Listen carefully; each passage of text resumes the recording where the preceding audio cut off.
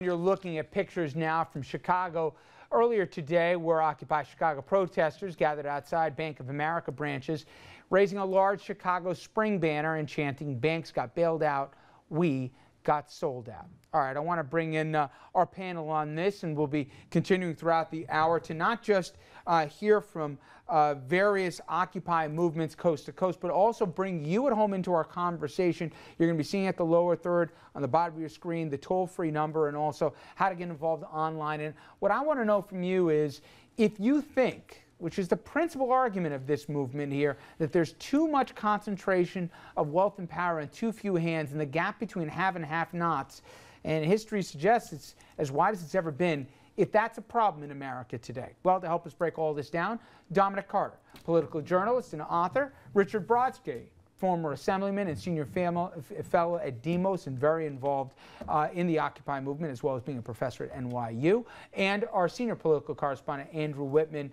and, of course, as I said, you at home. So sound off, toll-free lines open right now, 888-766-2428. And Rich, I want to start off with an interesting confluence of groups that I saw today.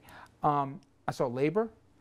I saw, obviously, students, whether current or recently graduates who didn't really haven't found a place in the workforce or worried they won't. And I also saw immigrants' rights activists. It didn't seem that these are natural bedfellows. And if you go back a generation ago, they probably would have been fighting at some Vietnam rally. But these were now singing more of the same song, that they're worried about what the future, if not the present, hold. Well, I think they are natural allies in the sense that they are all part of what we've come to understand to be the 99%. People who work hard, struggle for a better life for themselves and their families, but are disadvantaged by the power and the money that has become concentrated in fewer and fewer hands. So not only is it not surprising, I think it's sort of shaken up the system pretty good.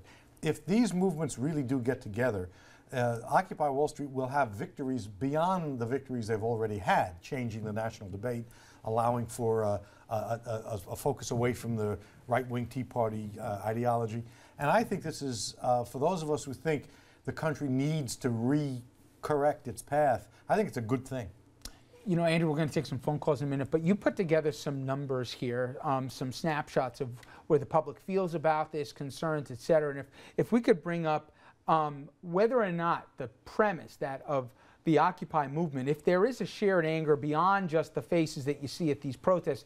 And let's take a look at this one. I believe it's B11 here, and this one is courtesy of Pew, who came up with some of these numbers. And Andrew, this is just the view of Occupy. If you break down the messages, that's B10. But B11 was where the public looks at it, and if there is too much concentration of power. But it's interesting that you get the split on those numbers, because you have far more people who share these concerns that Occupy has than come out and say, I actually support Occupy.